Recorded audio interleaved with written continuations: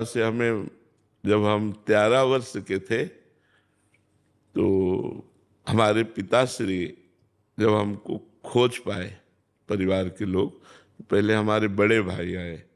और पिताजी बहुत सख्त स्वभाव के से थे। वो आए, उनका खड़े हो जाओ, खड़े हुए, प्रणाम नहीं किया, नमस्कार नहीं किया, कि डर के कारण कि मतलब मारेंगे। 13 वर्ष की अवस्था ही क्या होती है। कहा ये क्या है, क्यों घर से भगे? हमने कहा हमें भगवान का भजन करना है। तो भगवान का भजन तो घर में भी हो सकता है, जैसे हम लोग करते हैं ऐसे कीजिएगा। ये क्या है भाग करके इस तरह से व्यवहार करना? तो हम कहा, बड़े भैया कहते थे, क्योंकि चाचा उनको बड़े भैया कहते थे, तो बड़े भैया कहते थे।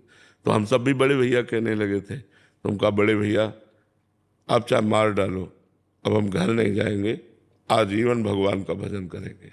वो पक्का? एकदम चेहरा बदल गया उनका, रोष की जगह एक प्रसन्नता उनके मुख में दिखाई। बोले पक्का? हमका हाथ उठाया, हमका पक्का। तो ऐसे गले से लगाया, राम राम राम ऐसे कहते रहे, मतलब एकदम भावपूर्ण हो गए। बोले चलो, हमका घर नहीं जाएंगे। बोले घर नहीं, संत बनना है तो पद्धति से बनो। हमारे गुरु जी के पास ले गए, वो सन्यासी संत थे और प्रणाम, वो घर आया जाया करते थे, सैमशी में वो रहते थे। तो उन्होंने कहा कि कैसे पाड़े? तो उनका, स्वामी जी ये लड़का कह रहा है हम बाबा जी बनेंगे, संत बनेंगे, तो आपकी शरण में ले आए। उनका छोड़ दो, 1 हफ्ते में या घर भाग जाएगा और या संत बन जाएगा। एक बार भोजन देना और कड़ा शासन कि भाग जाए। तो अपनी तो लगन थी। 1 हफ्ता बाद कहा जाओ गंगा स्नान करके आओ, मंत्र देते हैं।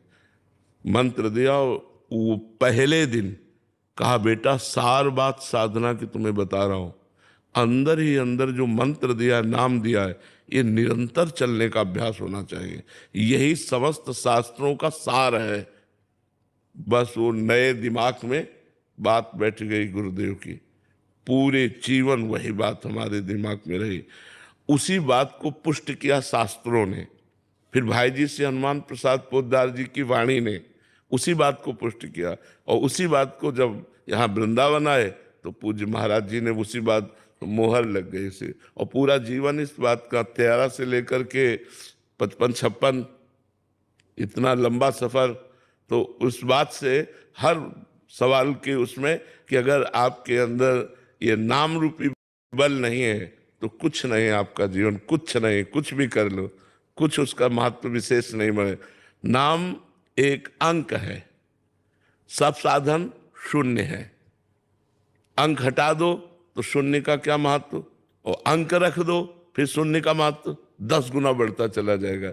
1 0 10, 1 0 और बढ़ाओ 100, 1 0 1000, 1 0 10,000 बढ़ता चला। 1 हटा दो 0 0 0 0 तो नाम अंक है और सब साधन, सब कर्म शून्य है। अगर नाम रूपी अंक लगा हुआ है, आप फावड़ा चला रहे हो, तो आप 10 गुना महत्व उसका।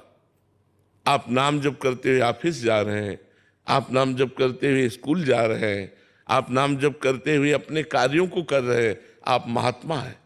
भगवान का नाम स्मरण कर रहे हैं, पवित्र भोजन पा रहे हैं, पवित्र आचरण कर रहे हैं, किसी को दुख नहीं दे रहे, कोई दुख दे रहा है हम सह लेते हैं। ये सब नाम में आएगा, विवेक जागृत हो जाएगा, तो आपका जीवन समाज प्रिय जीवन होगा, समाज का मंगल करने वाला जीवन होगा।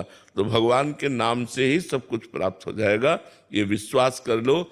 नाम के प्रभाव से ध्रुव संगलान जप्यो हरि नामू, पायो अचल अनुपम ठाऊं। 5 वर्ष के बालक ने देवर्षि नारद जी के उपदेश से जब नाम जप किया तो अटल पदवी प्राप्त की, ध्रुव पदवी, जिसकी सप्त ऋषिजन आज भी परिक्रमा करते हैं। तो नाम का प्रभाव तो छाया हुआ है, और नाम को जब स्वयं स्वाद लिया जाएगा तब अनुभव में, हम आज जो बात कह रहे हैं वो जब आप स्वयं जपोगे तब अनुभव में आएगा। तब आप खुद बोलने लगोगे कि यार कुछ बने चाहे न बने, तुम नाम जप के देखो, तुम्हारा मंगल हो जाएगा।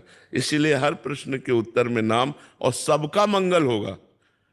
ये ऐसा नहीं है आपने एक बार राधा कहा तो यमराज के पूरे रजिस्टर में एक बार राधा लिख गया। अब जब हिसाब होगा तो खोपड़ी खराब हो कर देगा एक बार का राधा नाम, कि इसने पूरे जीवन पाप किया लेकिन एक बार राधा बोला, अब इसको क्या करें, नरक तो भेज नहीं सकते क्योंकि राधा बोला है, और एक राधा का फल, एक राधा नाम का फल, ये माया हो नहीं सकती। तो आखिरकार उसको गुणा का निशान लगा देना पड़ेगा पूरे पाप के रजिस्टर में। एक नाम त्रैलोक ही तारे, जो न ले सो जन्म ही हारे। जो ऐसे भगवान नाम को न लिया उसने जीवन व्यर्थ कर दिया। भगवान का नाम स्वयं में परम महामहिम, भगवान को अधीन करने की सामर्थ्य रखता है। सुमीर पवन सुत पावन नामू, अपने बस करी राखे रामू। तो वही नाम भगवान का परम मंगल में गुरुदेव, संत, शास्त्र सबके द्वारा जब हृदय में प्रमाणित हो गया तो बात पक्की लगी, और हमारा हृदय खुद, क्योंकि इसी मार्ग में चल रहे हैं। वैभव जी, जय श्री राधे। राधे राधे महाराज जी। महाराज जी, साधना का अर्थ अंतर्मुख होकर सभी इच्छाओं का त्याग करना है, तो भगवत प्राप्ति की इच्छा भी अंततोगत्वा इच्छा नहीं तो है? नहीं, गलत। कांटे से कांटा निकाला जाता है। जैसे कोई कांटा लग गया तो उसी के समान यंत्र से हम निकालेंगे, जो सुई है या कांटा है, उसी के समान। तो इच्छा से इच्छा को हम मारे, गलत इच्छाओं को अच्छी इच्छाओं से मारे, अच्छी इच्छाओं को भगवत इच्छा से मारे, और जब भगवान की इच्छा पूर्ण हो जाती तो इच्छा रही नहीं जाती। तो इच्छाओं से इच्छाओं को मारे, ऐसे नहीं कि सब इच्छाएं त्याग दें, नहीं। हम इच्छा करते हैं पवित्र भोजन पाने की, हम इच्छा करते हैं अच्छा जीवन जीने की, हम इच्छा करते हैं परोपकार करने की, तो गंदी इच्छाओं को मार दिया। अब हम इच्छा करते हैं भगवान की प्राप्ति की, अच्छा भजन करें, अच्छे आचरण करें और भगवान को रिझा लें। और जब भगवत प्राप्ति की इच्छा पूर्ण होती है तो सब इच्छाएं पूर्ण हो जाती हैं। इच्छाओं से ही इच्छा का मर्दन होता है, इच्छाओं का पूर्ण रूप से त्याग नहीं होता। पूर्ण त्याग होता है जब परमात्मा प्राप्ति हो जाती है। तो परमात्मा प्राप्ति तक इच्छा करनी होती है। जैसे हम रोज इच्छा करते हैं आज डट के भजन करेंगे, आज डट के भजन, रोज नया उत्साह, नई चाह कि हम भजन। सत इच्छाओं के द्वारा असत इच्छाओं का दमन, फिर सत इच्छाओं को भगवान में समर्पित, तो भगवत साक्षात्कार हो गया।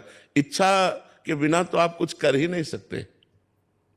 इच्छा के बिना कुछ कर सकते हो? इच्छा नहीं तो आप शांत, तो शांत भगवान का स्वरूप है। शांताकारम भुजग शयनम, भगवान कहता है ना। तो भगवत यात्रा इच्छा से होती है और इच्छा भगवान में लय हो जाती है। ये सद इच्छाएं बंधन कारक नहीं है, असद इच्छाएं बंधन कारक है।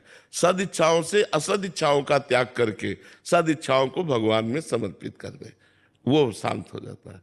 आज 11 माला किया, अब 21 माला करूं, कभी ऐसा हो पूरे दिन भजन करूं, कभी ऐसा हो भगवान के लिए रोऊं, ये इच्छाएं ही तो है।